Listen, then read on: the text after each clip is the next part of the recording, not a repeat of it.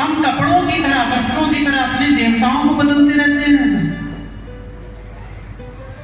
मनुष्य की धारणा करते हैं, वैसे ही देवताओं को बदलते जा रहे हैं। देवता भी अपने हिसाब का होना चाहिए और गुरु भी अपने हिसाब का होना चाहिए।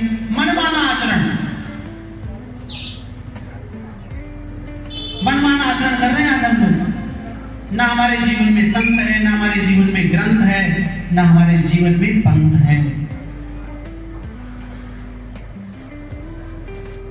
संत के अंदर इन पांचों का समावेश है।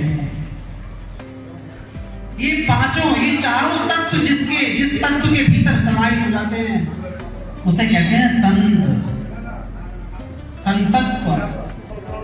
क्योंकि सबका समावेश कर लेता है। संत मिल जाते हैं तो आपको ग्रंथ भी मिल जाता है, मंत्र भी मिल जाता है, यानी मार्ग भी मिल जाता है। संत ही आपको बता सकते हैं कस्बों को हमको तो आया था, कहा में जननी को में माता। कौन तेरा माता है, कौन तेरा पिता है? संसार में आने का उद्देश्य क्या है आपका? ये कौन बताता है आपको? ये संत ही बताता है। गुरु ही बताते हैं आपको कि आपके आने का उद्देश्य क्या है संसार में। बातचीत ना करें, ध्यान पूर्वक सुनिए। बहुत काम की बातें हैं हमारे सबके लिए। सदगुरु ही बताते हैं कि हमारा मार्ग क्या है, हमको जाना कहां है। संत यानी सबका समावेश। ग्रंथ माने वो आधार। किसका आधार लें? आज ग्रंथ हमारे सामने बहुत सारे। किस ग्रंथ को हम आधार बनाएं? लाखों ग्रंथ हैं, करोड़ों प्रकार के ग्रंथ हैं, लेकिन किसको आधार बनाएं? व्यास कहते हैं सर्वोपनिषदो गावो दोग्धा गोपाल नंदनम। 108 उपनिषदों को गाय बना करके भगवान कृष्ण उसको दुहने वाले हैं, ग्वाल बने हैं। और उसका पीता कौन है? अर्जुन। अर्जुन उसको पीने वाला है। गीता सकल शास्त्रमयी है, गीता भगवान की वाणी है, यानी ग्रंथ। ग्रंथ कैसा हो? गीता जैसा ग्रंथ हो, श्रीमद् भगवत गीता। भारतवर्ष में 20 से लेकर 60 प्रकार की गीताएं होती हैं। ये बात किसी को पता नहीं है।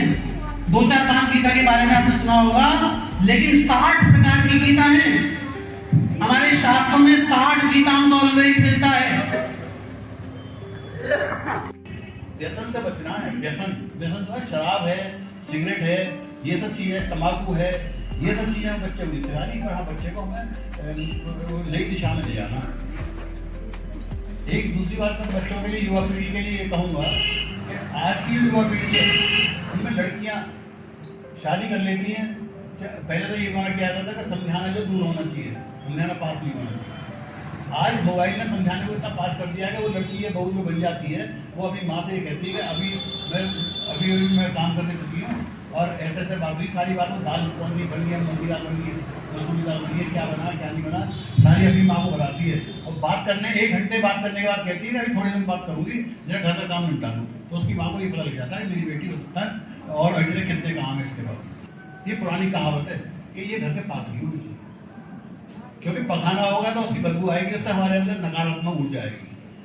जो मैं खाना है बच्चे तो वो कह देगा कोई भी, फिर पता उससे कि जब पास में तो है शराब बैठेगा, जगह लिया एक बोतल, पता लगा वो बेटा ही पीने लगा उसके साथ साथ।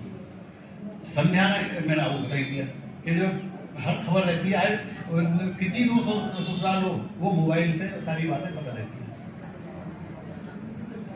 घर की चौखट जो होती है ना, वो भी एक पाठशाला ही है। उस पाठशाला से निकल के उस बच्चे को गुजर के जाना पड़ता है स्कूल जाने के लिए, और फिर वही चौखट इंतजार करती है दोपहर को स्कूल बच्चा मेरा कब आएगा, और उस पर माँ खड़ी होती है मेरा बच्चा आने वाला होगा, उसे हम पानी पिलाऊंगी, उसे खाना खिलाऊंगी। 4 रोटी खिलाती है, 2 रोटी खिलाती है, 4 रोटी खिला देती है और कह देती है कि 2 रोटी खाएंगे, 2 रोटी गणित अपना भूल जाती है और 2 रोटी फिर खिलाती है। तो मेरा कहना मतलब आज जो युवा पीढ़ी बिगड़ रही है, ये युवा पीढ़ी का स्तर गिर रहा है, उसके पीछे माँ बाप भी दोषी हैं, हम सब दोषी हैं। इसलिए हमें उस युवा पीढ़ी को सही करने के लिए बच्चों को अपने पास बिठाना होगा।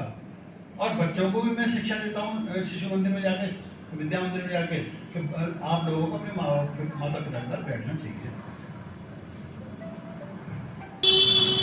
बच्चों को ही जीते पूरी जिंदगी निकाल देते हैं, आंखों में झुर्रियाँ पड़ जाती हैं, पैरों में चटकन आ जाती है, एड़ी फट जाती हैं।